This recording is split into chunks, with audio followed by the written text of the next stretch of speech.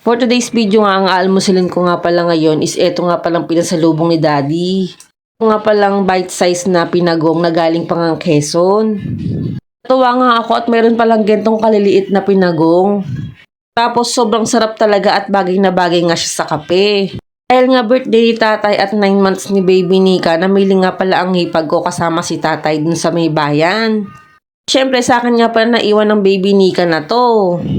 Ito palang pakiramdam na may 4 kang anak. Tingnan nyo naman halos sunod-sunod nga sila kaya nakakapraning pala pag hinto. After mga ilang oras nga ay dumating na nga rin agad sila tatay. Ito nga marami nga silang pinamili kasi nga magluluto nga pala ngayon ng palabok sa kasopa si tatay para sa birthday nila ni Nika. Ito nga naghahanda na nga si tatay. Kababa ko naman galing paliligo is nakaredy na nga pala yung gagawing Shanghai na timplahan na nga pala ni tatay. At syempre ako nga pala ang magbabalot nito. Inuna ko na nga paghiwa-hiwalin itong mga wrapper para naman mabilis ang pagbabalot ko. For the lipstick pa nga ang mamiroan nyo kung mapapansin nyo. O diba, wala lang, trip ko lang yan. Ito nga rin pala yung isa sa pinakapaborito kong ginagawa. Kaso nga kahit paborito ko nga to is hindi ko nga rin mapagpantay-pantay yung pagkakarap ko. Kasi akong nakikita na sobrang gagaling ang magbalot nito, pantay-pantay nga. Kaya sorry naman kung hindi pantay-pantay talaga yung pagbabalot ko.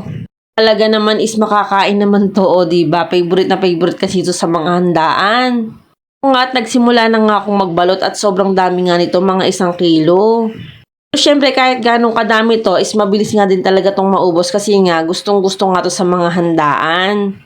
Pinin nyo, favorite nyo rin ng lumpia sa mga handaan. Pagkatapos ko nga magbalot is nagpunta nga pala ako sa school kasi nga may meeting nga sila Ate Yumi. Ay ko nga lang dumating si Daddy kaya nga medyo na late nga rin ako pagdating doon. 30 nga ang simula kaso mga alas 3 na nga rin ako nakapunta. Nga palang sosa dito sa school nila Ate Yumi. Pero yung tinatawag na state of the school address parang ganon nakalimutan ko basta yon. At nagsasalita na nga yung principal nila. Ganda rin pala yung may mga gentong mga pa-meeting kasi nga update nga yung mga magulang sa mga project sa school pati nga yung mga nangyayari sa mga bata. Katuwa lang at marami nga rin palang nagsi-attend. Siyempre huling nagsalita nga rin pala si Cap Gino. Kahit nga talaga ako is nakinig nga talaga ako sa mga sinasabi or mini-meeting nila kasi nga mahalaga nga.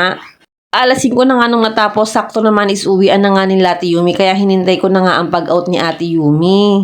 Ito nga, naglalakad na nga kami pa uwi. Sabi ko nga ay bilisan na namin kasi medyo nagugutom na nga ang mamiroan nyo. Kung nga sanang bumili doon ng pagkain kaso sabi ko may pagkain naman sa bahay. Uwi ko nga is okay na nga at nakaluto na nga si tatay nitong palabok sa kasopas. Siyempre, kumuha na nga ako ng kakainin ko kasi nga gutom na nga ang mamiroan nyo. Ako pa nga ng itlog para nga mas espesyal.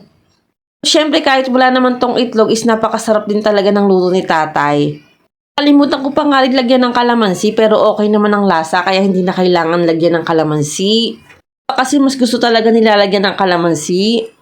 Ito nga sunod-sunod na nga ang subo ko. O siya, kain po tayo. Pero syempre bago ako kumain is nag-ayos-ayos muna ako dyan sa bahay. Ito nga at nagprito na nga ng Shanghai ang hipag ko. Tapos ako naman naglagay naman ako sa lagayan ng palabok sa kanang sopas. Yan naman yung cake o sobrang sarap nga pala niyan bago nga pala yung sa Red Ribbon. Ito nga pala ang simpleng handa ni tatay sa ni baby Nika. Ito nga wala nga si tatay nung magpipicturan mahihain ata sa camera si tatay. Nga etong si baby Nika na nga lang yung kinantahan namin ng happy birthday. Pili nga rin pala ng ice cream yung hipag ko tapos meron din palang Sprite sa rep kaya ayun inilabas na nga. At eto nga at kinakantahan na nga namin si baby Nika, parang kailan lang, ang bilis naman ng panahon, 9 months na agad ang baby na yan. Ayan nga, tuwang-tuwa nga siya habang kinakantahan nga siya. Siyempre may pag-blow pa nga siya ng candle, pero siyempre mami niya lang ang magbo-blow niya kasi hindi pa naman siya marunong. Siyempre after nga nito ay nagkasiyahan nga yung mga bata at nagsayawan pa nga. Palang si Madison ay hindi nga pala nahihiya, sobrang bibo ng batang yan. Si Ate Yumi at si Sia ay nagsayawan na nga rin ng TikTok. Katuwa nga itong si Madison kasi nga sobrang bibo at hindi nga talaga siya mahiyain. Hawigin nga talaga siya ng bunsuan ko. Tingnan nyo, magkahawig talaga silang dalawa. Bunsuan ko naman ay tamang kain nga lang din ng Shanghai.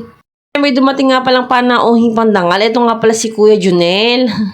Yung laging nagre-react ng haha sa mga post ko o akala mo hindi ko babanggitin no.